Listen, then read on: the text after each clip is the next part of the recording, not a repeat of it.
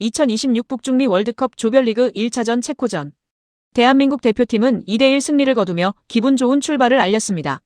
하지만 경기 직후 축구 팬들의 시선은 뜻밖의 곳으로 향했습니다. 언제나 승패와 상관없이 취재진 앞에 서서 성실하게 인터뷰에 응했던 주장 손흥민 선수가 그날은 국내 취재진의 마이크를 차갑게 외면한 채 무표정으로 믹스트존을 빠져나갔기 때문입니다. 언론을 향한 캡틴의 이 이례적인 침묵의 항의. 대중은 그 이유가 경기 부진 때문이 아님을 직감했습니다. 손흥민 선수가 이토록 깊은 상처와 실망감을 표출한 배경에는 불과 며칠 전 대표팀 훈련장에서 벌어진 충격적인 사건이 자리 잡고 있었습니다. 시간은 지난 6월 7일 대표팀의 멕시코 현지 공개 훈련장이었습니다. 월드컵이라는 거대한 무대를 앞두고 선수들이 온 힘을 다해 구슬땀을 흘리며 뛰고 있던 그 순간 현장의 생생한 분위기를 전하기 위해 켜져 있던 한 방송사의 유튜브 라이브 카메라 마이크에 도저히 귀를 의심하고도 믿기 힘든 대화가 고스란히 녹음되었습니다. 현장에 있던 취재 관계자들의 목소리로 추정되는 충격적인 막말이었습니다. 이게 주장이어서 이렇게 소대장 뛰듯이 저렇게 그냥 하는 거예요? 가까운 쪽에서 뛰는 거 아닌가 그냥? 카메라 가까워. 아니 막 군대에서 뛰는 것처럼 저렇게 뛰네. 주장이어서 그런가? 군대도 안 갔다 온 거. 뭐 국자도 우리 좀 했잖아요. 그래. 대한민국 축구의 상징인 선수를 향해 훈련장에서 대놓고 비속어를 섞어가며 병역 관련 조롱을 일삼은 상황. 영상이 공개되자마자 축구 팬들은 경악을 금치 못했습니다. 논란이 커지자 해당 언론사는 오디오를 삭제한 뒤 자사 취재진의 목소리가 아니며 현장에 불특정 다수의 음성이 섞인 것이라고 해명했습니다. 하지만 분노한 대중은 여기서 멈추지 않았습니다. 팬들은 당시 멕시코 현장에 동행한 기자단의 명단과 과거 인터뷰 이력 등을 대조하며 직접 발언자를 추적하는 이른바 기자 파묘에 돌입했습니다. 그리고 이 과정에서 과거 대표팀과 손흥민 선수에게 다소 무례하거나 날선 스탠스를 취해 논란이 되었던 특정 기자가 유력한 인물로 추측성 용의선상에 오르게 됩니다. 물론 아직 발언 당사자가 누구인지 공식적으로 확인된 것은 아닙니다. 하지만 누리꾼들이 특정 기자를 강하게 의심하는 데에는 결정적인 이유가 있었습니다. 과거 그 기자가 손흥민 선수를 대했던 무례하기 짝이 없는 실제 인터뷰 대화 내용이 재발견되었기 때문입니다.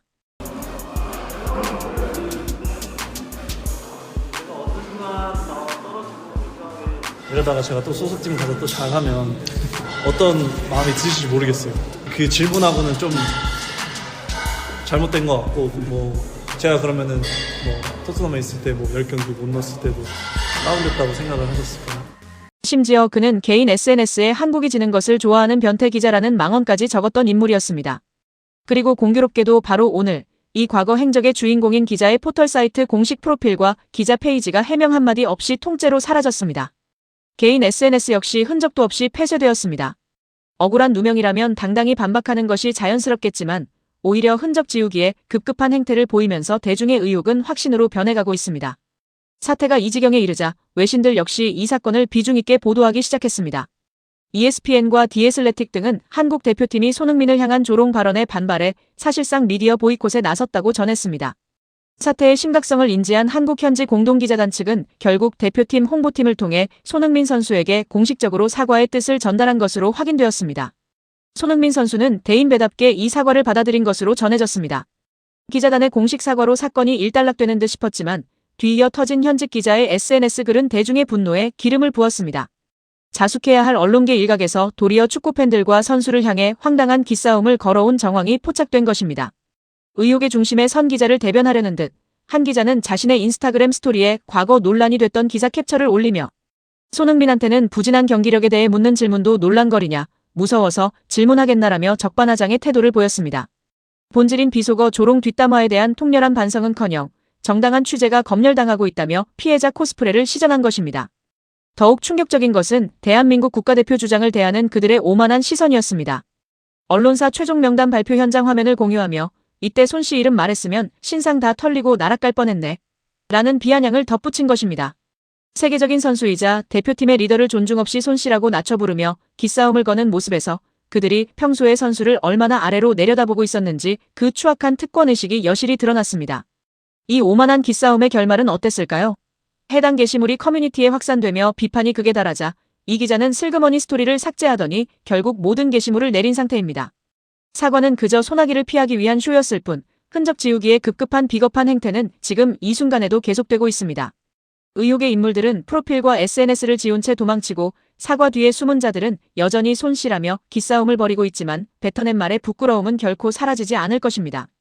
그리고 바로 오늘 대한민국 축구대표팀은 운명의 멕시코와의 조별리그 2차전 경기를 치릅니다.